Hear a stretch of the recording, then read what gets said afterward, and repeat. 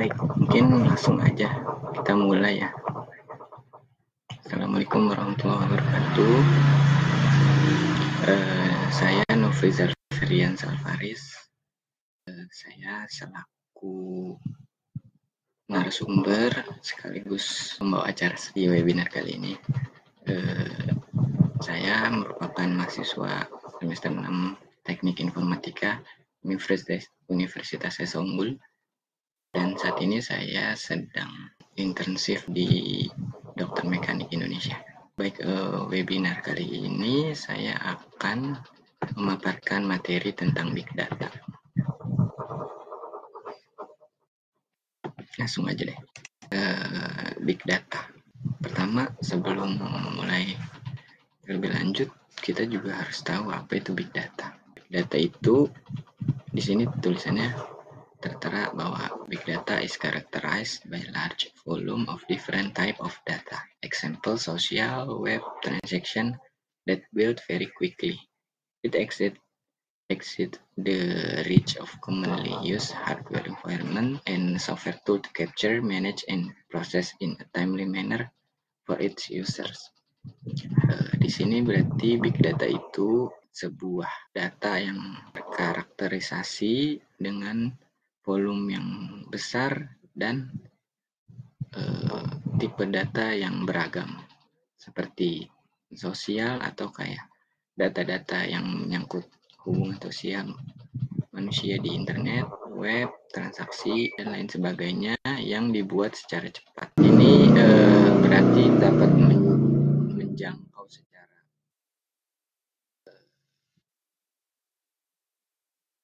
secara lebih daripada biasanya dapat dicapai oleh environment perangkat keras ataupun juga tools dari software untuk menangkap, mengatur, memanajerisasi ataupun memproses secara lebih cepat untuk kepada digunakan usernya.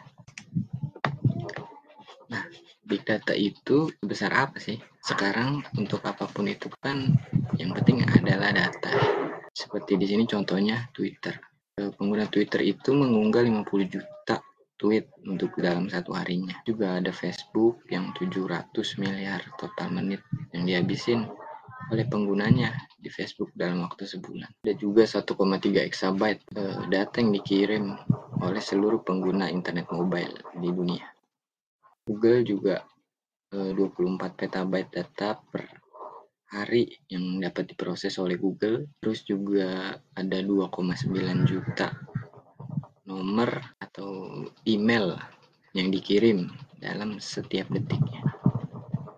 Juga ada 20 jam video yang diupload di YouTube setiap menit. Terus di Amazon juga ada 72,9 produk yang terjual per detiknya. Juga ada software Sprint, perusahaan termasuk perusahaan yang melayani pemanggilan telepon, itu memproses lebih dari 300.000 panggilan telepon per hari. Nah, dari data ini tuh kita juga bisa ngira-ngira sebenarnya tuh sebesar apa sih sebuah data tuh harus kita olah kan untuk zaman yang modern ini. Nah, di sini juga ada Big Data Market Forecast atau market. Ini dari 4 tahun yang mulai tahun 2018 sampai 2021 itu tuh di sini terlihat peningkatan yang signifikan juga dari adanya bisnis tentang big data ini. Untuk tahun 2018 itu ada 10,2 juta dolar untuk transaksi yang mengatur atau memanajerisasi tentang big data. Terus meningkat juga di 2019 jadi 16,8 juta dolar.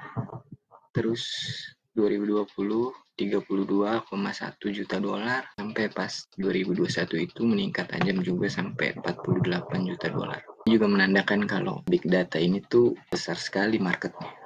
Kemudian sumber dari big data, dari mana sih kita tuh dapat data dengan jumlah yang sebanyak itu? Pertama itu dari database yang dimana memang tempat berkumpulnya sebuah data kan. Terus juga ada email yang didapat dari seluruh pengguna itu bisa dikumpulin untuk jadi big data. Terus juga ada image dan media, gambar dan media, bisa foto, video dan lain sebagainya.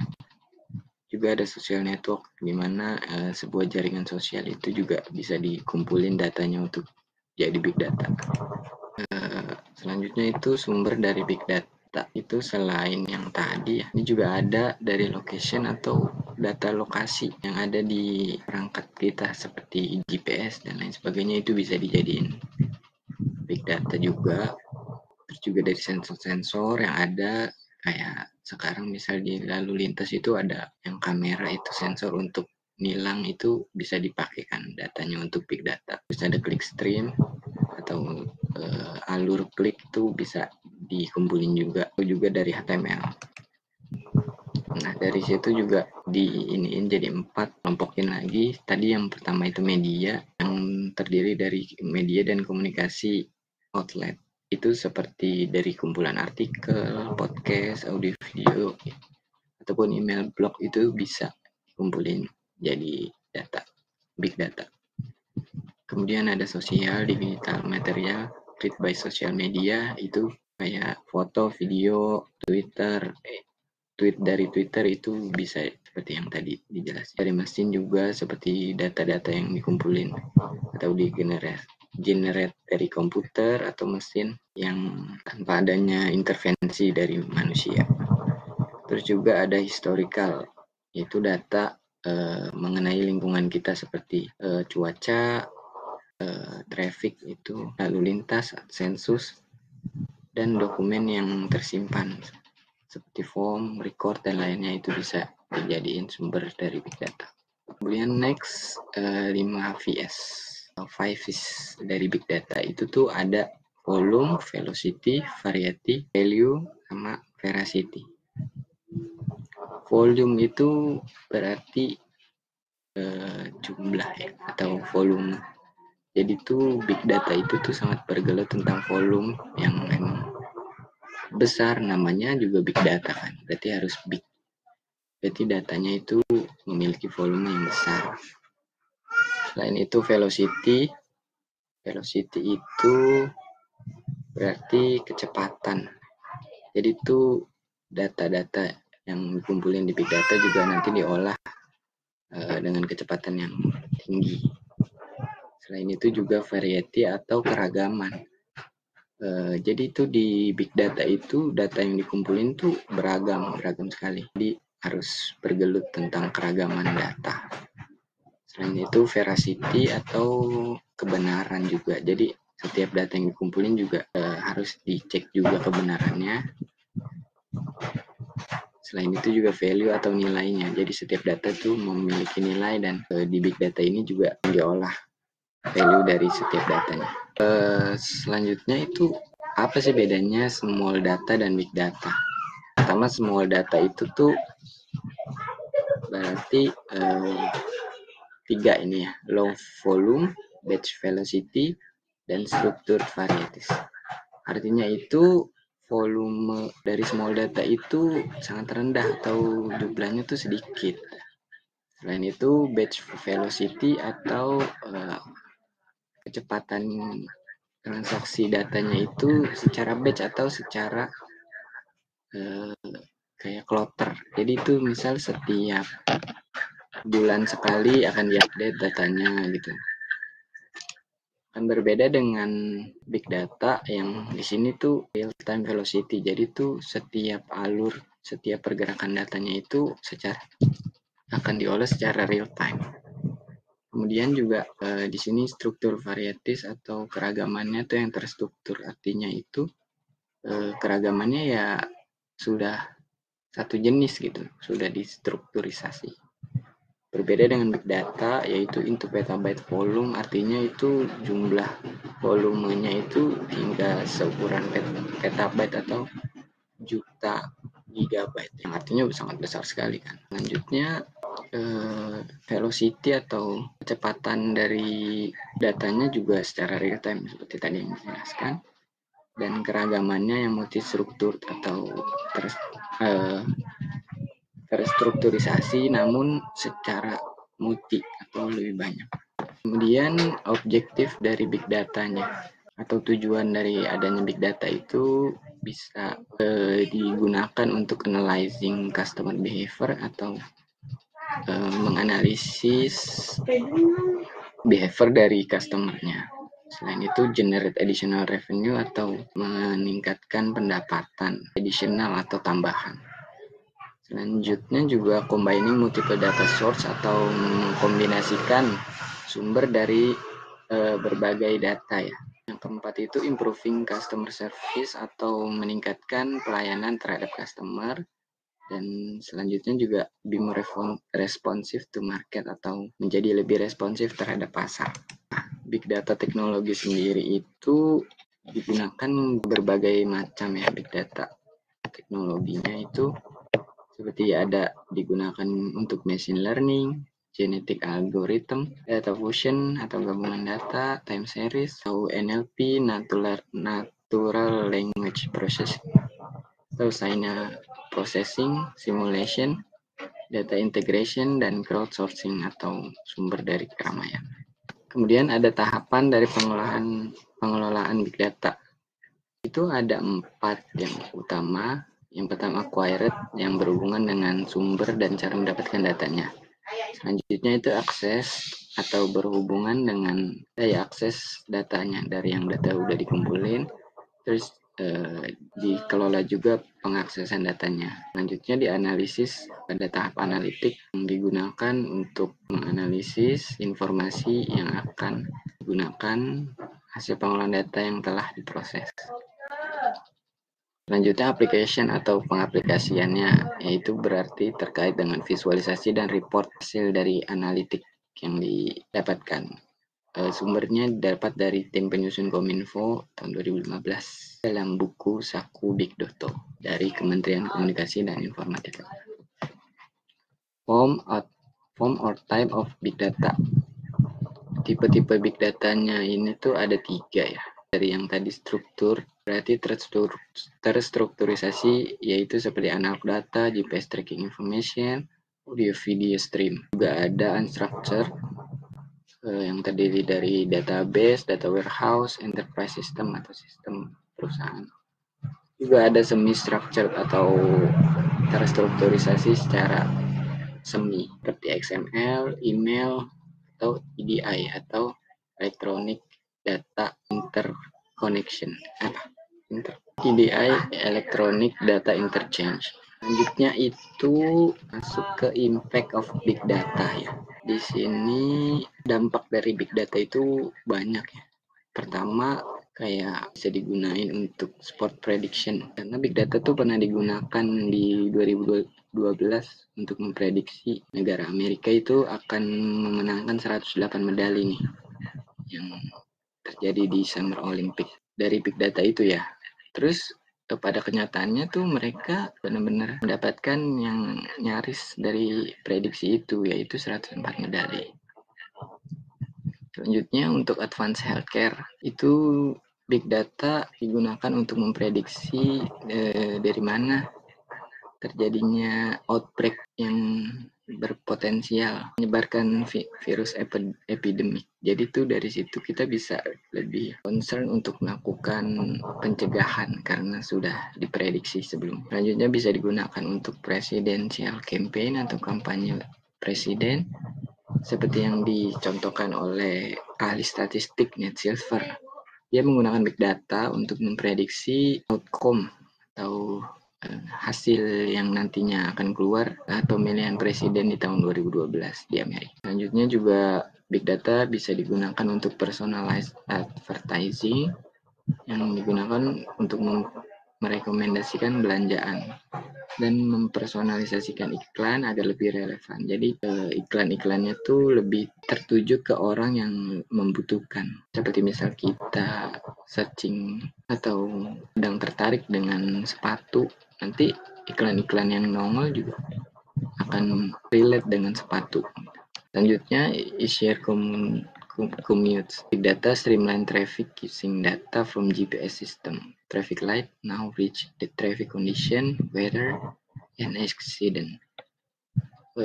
Jadi itu big data sekarang itu streamline atau sejajar dengan lalu lintas yang didapat dari sistem GPS. Jadi itu lampu lalu lintas sekarang bereaksi terhadap kondisi daripada lalu lintas itu sendiri, seperti juga cuaca ataupun jika ada kecelakaan. Selanjutnya smartphones, pengguna smartphone itu mengutilize big data atau menggunakan big data saat menanyakan arah atau secara verbal menanyakan pertanyaan di teleponnya. Dia menggunakan big data untuk mengolahnya. Tadi healthcare ini tergolong keempat golongan yang besar, yaitu big data itu sangat bermanfaat terhadap healthcare yang mengizinkan atau mendukung kita tuh untuk menemukan obat baru atau dapat mengerti lebih dan memprediksi pattern atau alur daripada penyakit. Ini juga dapat saving more life atau menyelamatkan lebih banyak nyawa. Yang kedua tuh di bidang sains atau ilmu pengetahuan itu dapat meningkatkan atau membuat kemungkinan baru dan menunjukkan sebuah jalan untuk research dan meneliti kemungkinan yang sebelumnya tuh impossible, tapi karena adanya big data jadi possible atau memungkinkan untuk kita mencari dan menemukan temuan baru. Yang ketiga itu security atau keamanan. Seperti tenaga polisi itu tuh sekarang menggunakan peralatan big data untuk memprediksi aktivitas kriminal atau mendukung investigasi dan secara ultimate atau secara jelasnya dapat lebih membantu untuk menangkap kriminal lebih cepat daripada sebelumnya. Yang nomor 4 itu untuk bisnis ya. Itu membantu meningkatkan dan mengoptimalisasi jalannya bisnis kita dengan adanya pendukung keputusan berdasarkan data atau data driven decision. Keuntungan dari big data sendiri itu secara statistik ini 90% itu achieve financial saving atau meningkatkan atau mendapatkan secara finansial tuh lebih hemat 90%. Kemudian secara efisiensi itu meningkat 70% dan better business decision making atau keputusan untuk mengambil keputusan dalam bisnis itu lebih baik secara statistik 50% dan secara 30% itu meningkatkan customer experience and engagement. Nah, sekarang tuh masuk ke future of big data atau masa depan dari big datanya sendiri ya. Pertama itu 85% dari perusahaan dari 500 perusahaan itu akan mempersiapkan untuk mengeksploitasi big data. Selanjutnya juga ada digital universe is doubling every 2 years and will reach 40,000 exabyte or 40 trillion gigabyte by 2020. Universe digital itu akan mengganda setiap 2 tahun dan itu akan mencapai 40.000 exabyte di tahun 2020. Berarti sekarang udah lebih. Dari data 2015 itu juga ada 4,4 juta lowongan kerja IT yang terbentuk untuk mensupport big data dan mengatur generating tuh meningkatkan 1,9 juta pekerjaan di Amerika. Lebih rendah dari 1 dalam 5 business report melaporkan bahwa exactly where they want to be in managing and using data atau mereka tuh beneran mau mengatur dan menggunakan data. Kemudian tantangan dari big data sendiri itu ada 3 ya. Yang pertama itu data integration atau keutuhan data itu juga menjadi PR ya. Selanjutnya managing data quality atau mengatur kualitas datanya tuh tetap baik dan lack of sufficiently skilled IT staff in cost of technology atau rendahnya staff IT yang memiliki kemampuan serta tingginya cost of technology atau biaya untuk teknologinya. Tadi big data, tantangan big data secara global. untuk di Indonesia sendiri tantangannya itu belum ada tata kelola yang jelas dalam pemanfaatan big data, biaya yang mahal, dan masih jarang piranti lunak yang dapat digunakan untuk menganalisa data dalam bahasa Indonesia. Selanjutnya juga ada keterbatasan waktu. Eksploitasi big data merupakan proses yang kompleks, eksplorasi data yang merupakan proses yang kompleks, serta SDM untuk pengembangan big data.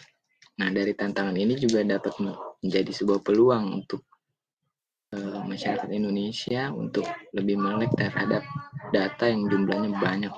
Apalagi warga Indonesia juga yang sangat banyak sekarang ya. Jadi itu pasti big data ini tuh sangat penting. Oh ya, ini didapat dari Pujianto, Mulyati, dan Novaria tahun 2018. Mungkin itu aja ya penyampaian dan pemaparan big data dari saya dalam webinar kali ini. Kalau ada salah kata mohon dimaafkan. Dan presentasi dan webinar dalam sesi kali ini.